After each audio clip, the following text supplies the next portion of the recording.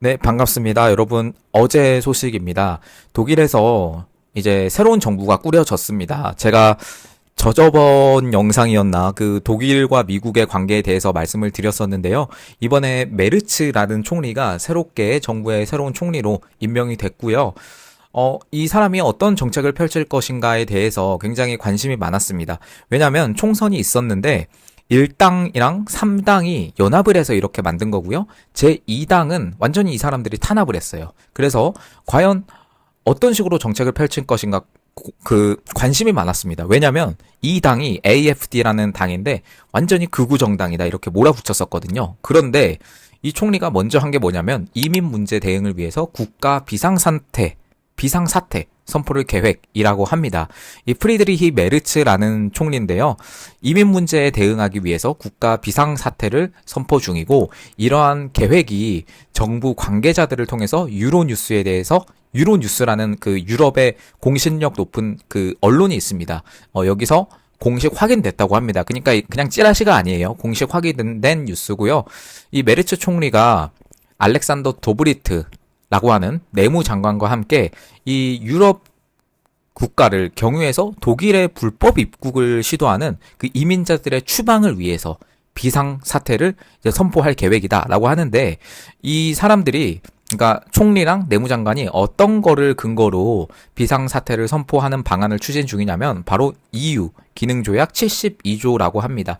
이 EU 기능조약 72조란 그 유럽연합 회원국들이 각자 국가의 어떠한 내정에 따라서 뭐 국가 안보나 공공 질서나 뭐 자유나 이런 것에 대해서 심각한 위해가 예상이 될 때 이것을 스스로 보호할 수 있는 권리를 명시한 조항입니다. 이 조항을 발동할 시에 EU 공동 정책을 일시적으로 무시할 수 있는 법적인 근거가 확보가 되는 거죠.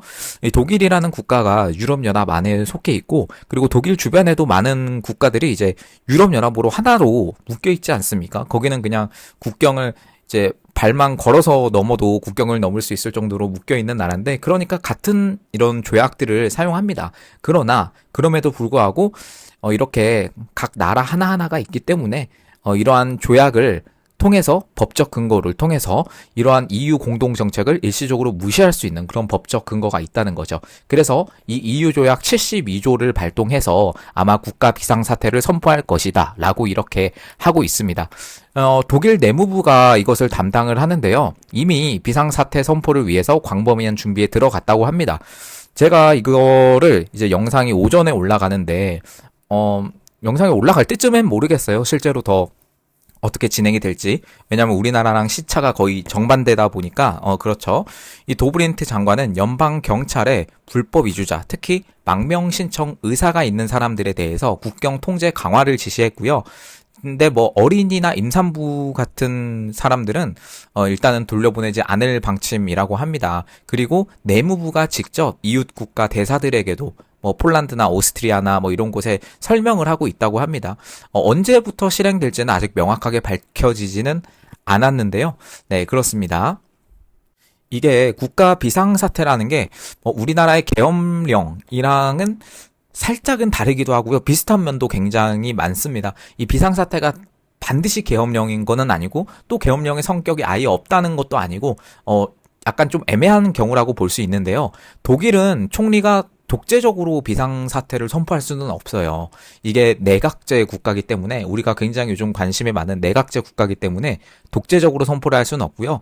이 연방정부, 그러니까 내각과 의회, 국회가 공동으로 관여하는 그런 구조입니다. 그래서 보통은 내무부나 관련 부처가 제안을 하고 내각이 승인을 하고요. 필요한 경우에 의회의 사후 승인을 받아야 되는 겁니다. 이 독일 기본법에 있고요. 이런 비상사태 조치가 굉장히 엄격한 요건 하에서만 가능을 하고요. 남용을 막기 위한 장치도 있어요. 그리고 독일이 그 과거에 그 굉장히 그 2차 세계대전이나 뭐 이런 것들로 인해서 그 경험들이 있잖아요. 그렇기 때문에 이런 제약을 굉장히 많이 신경 쓰는 국가긴 합니다. 그러나 여러분 다시 생각해 보시면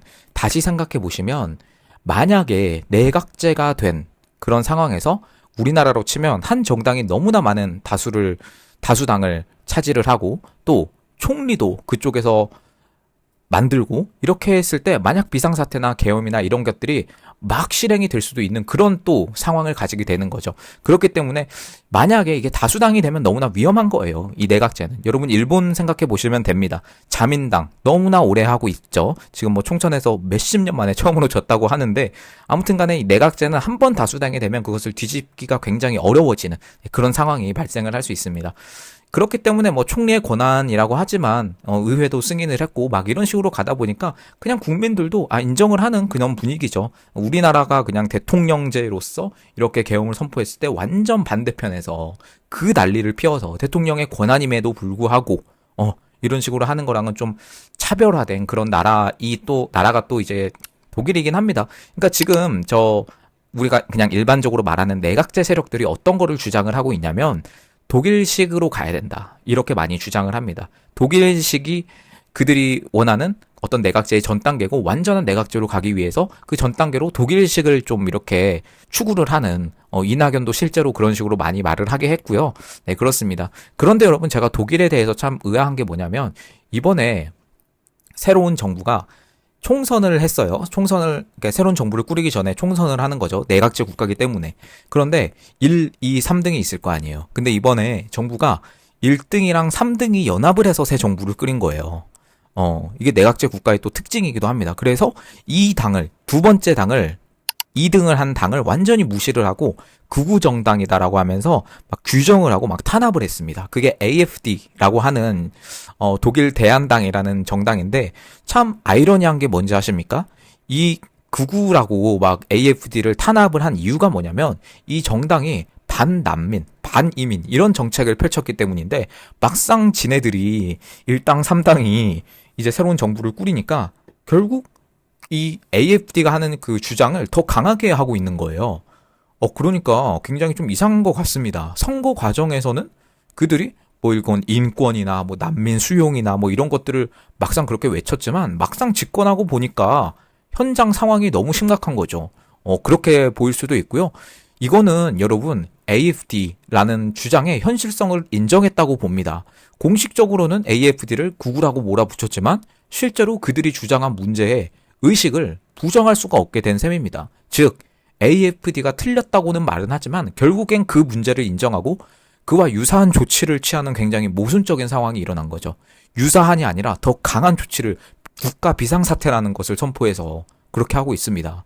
이 정치적 계산일 수도 있어요. 집권 세력에서는 난민 문제를 방치하면 차기 선거에서 AFD가 더 크게 성장할 위험이 있기 때문에 여러분 저는 이 가능성이 가장 높다고 보는데 집권 세력에서는 다시 한번 말씀드리지만 난민 문제를 방치하면 차기 선거에서 AFD가 더 크게 성장할 위험이 있기 때문에 미리 강경책을 취해서 자신들의 입지를 지키려는 계산도 있을 거라고 봅니다.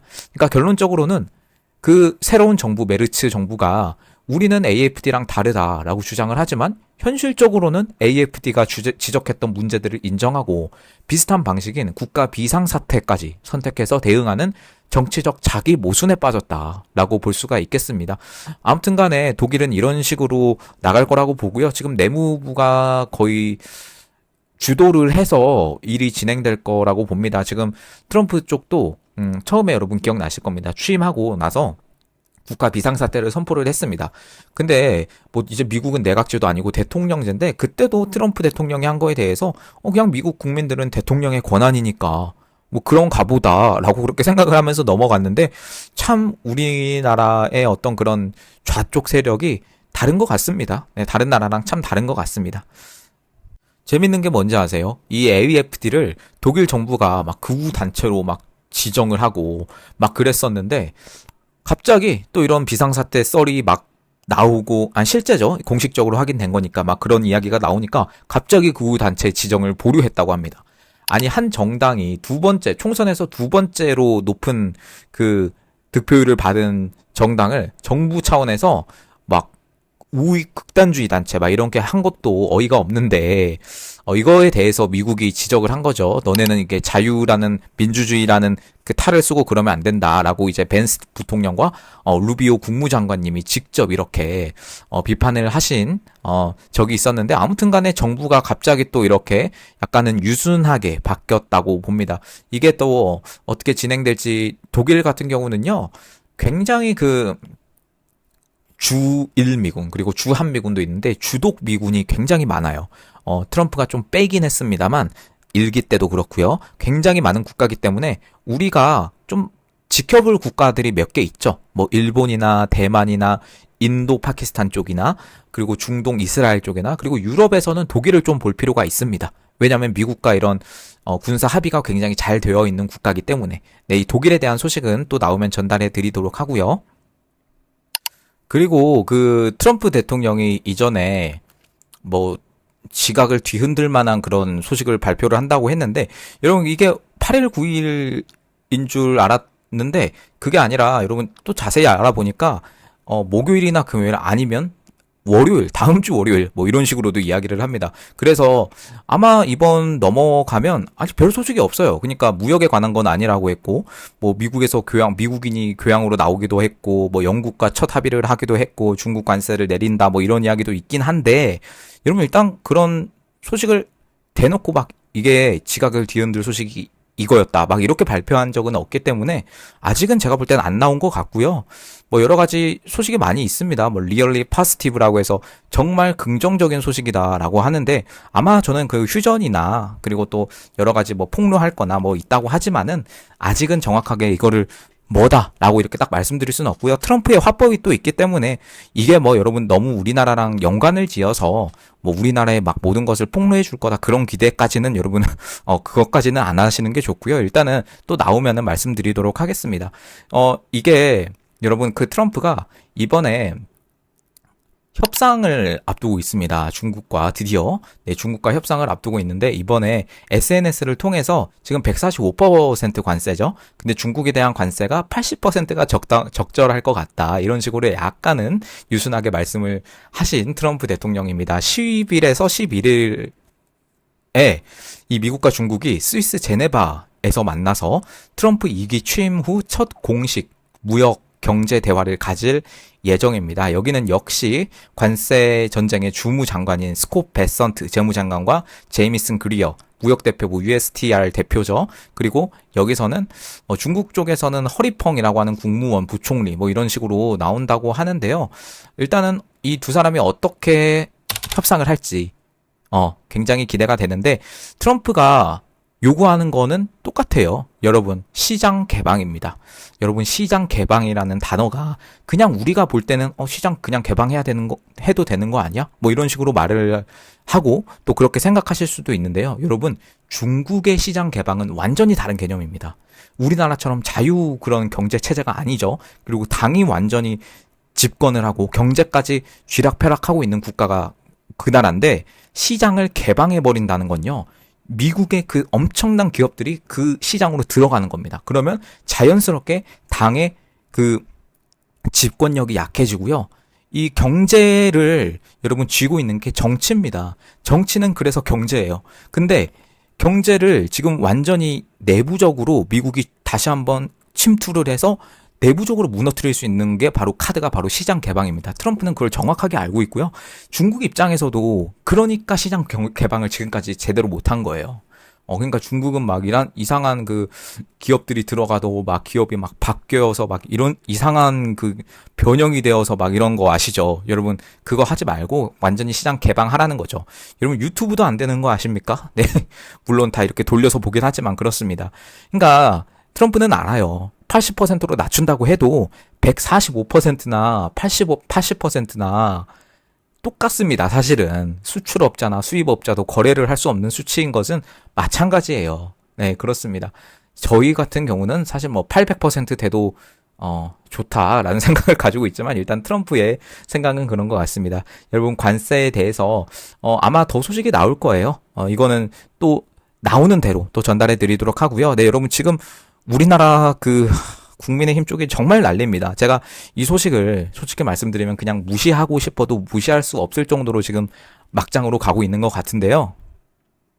진짜 여러분 국민의힘은 막장 정당 아닙니까? 이 정도면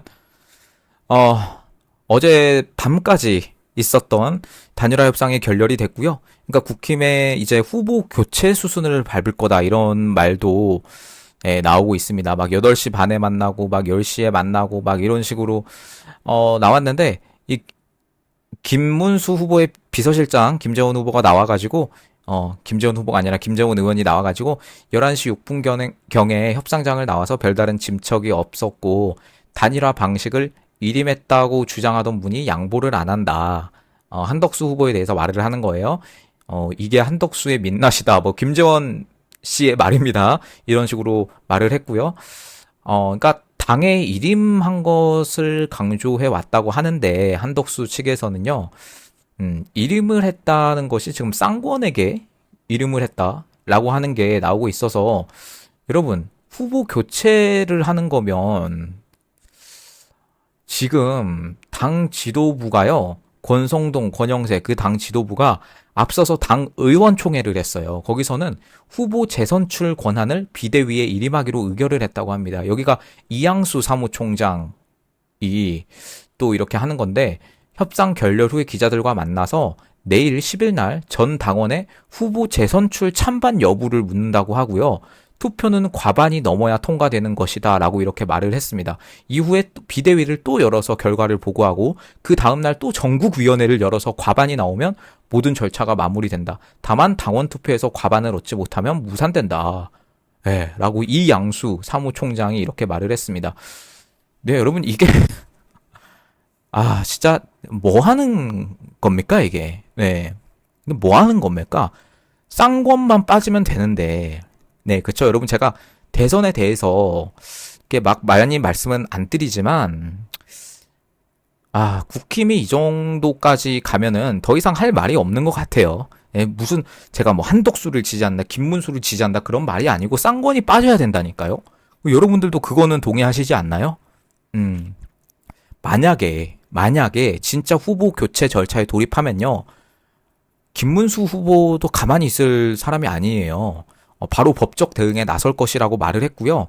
후보 교체는 위법하고 부당한 행위라면서 좌시할 수 없다라고 이렇게 말했고 당 지도부를 향해서 후보 교체를 진짜 할 시에는 모든 수단을 강구할 것이다라고 법적 대응을 시사했다고 합니다. 네, 여러분 그렇습니다. 이게 여러분 이럴 거면은 왜 경선을 하죠? 아니 진짜 아니, 왜 경선을 하나요? 당 지도부가 알아서 그냥 다 하고, 무조건 이렇게 막 후보의 단일화까지 이렇게 포기하라는 식으로, 뭐 그렇게 또 직접적으로 말은 안 한다고 그렇게 말은 하지만, 여러분, 김문수 후보는 그러니까 어제 밤 11시 14분에 나온 단독 뉴스원 기사인데요. 국힘에 10일 9시까지, 그러니까 오늘이죠. 영상이 지금 오전에 올라가니까 약 2시간 뒤일 것 같은데 이 영상이 올라가고 바로 보시는 분들은 9시까지 대표 직인과 기탁금 제출을 요청을 했다고 합니다. 10일 날 선관위에 대통령 후보자 등록 방침이 있기 때문인데요. 네, 여러분 지금 그러니까 여러분도 아시겠지만 어떻게 이렇게까지 하는지 모르겠어요. 어떻게 이렇게까지. 지금 한덕수 후보 같은 경우는 지금 단일화 결정 나오면 바로 입당한다 라고 말을 했고요.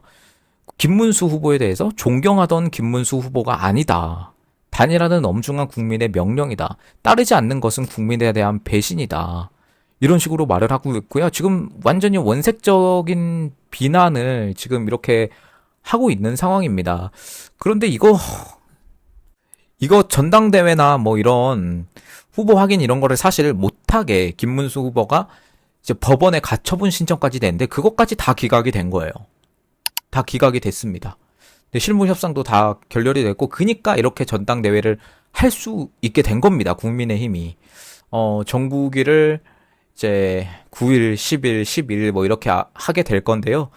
여러분 진짜 지도부 제가 볼 땐요. 이 쌍권이 남아있는 한 국민의힘은 제대로 돌아갈 수 없는 그런 당인 것 같습니다. 여러분 지금 뭐 김무성까지 나와서 단식을 하고 아주 난리를 피우고 있는데요.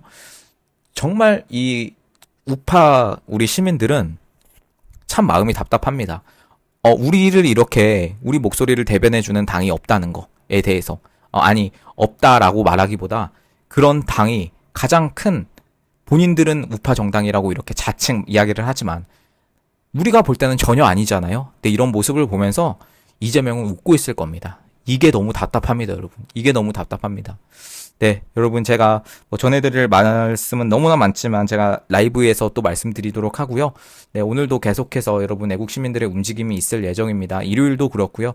예, 여러분 계속 도와주시고 우리 우파 유튜브 알고리즘이 많이 박살이 납니다. 여러분들 이것을 위해서 고정 댓글에서 이제 멤버십 가입도 부탁드리고요. 계좌로 또 후원해주신 분들 정말 감사드립니다. 그분들 덕분에 계속해서 채널 성장해 나갈 수 있습니다. 마지막으로 영상 하단 참고 부탁드리고 오늘 또 라이브로 찾아뵙겠습니다. 네, 오늘 방송 여기까지 하도록 하겠습니다. 감사합니다.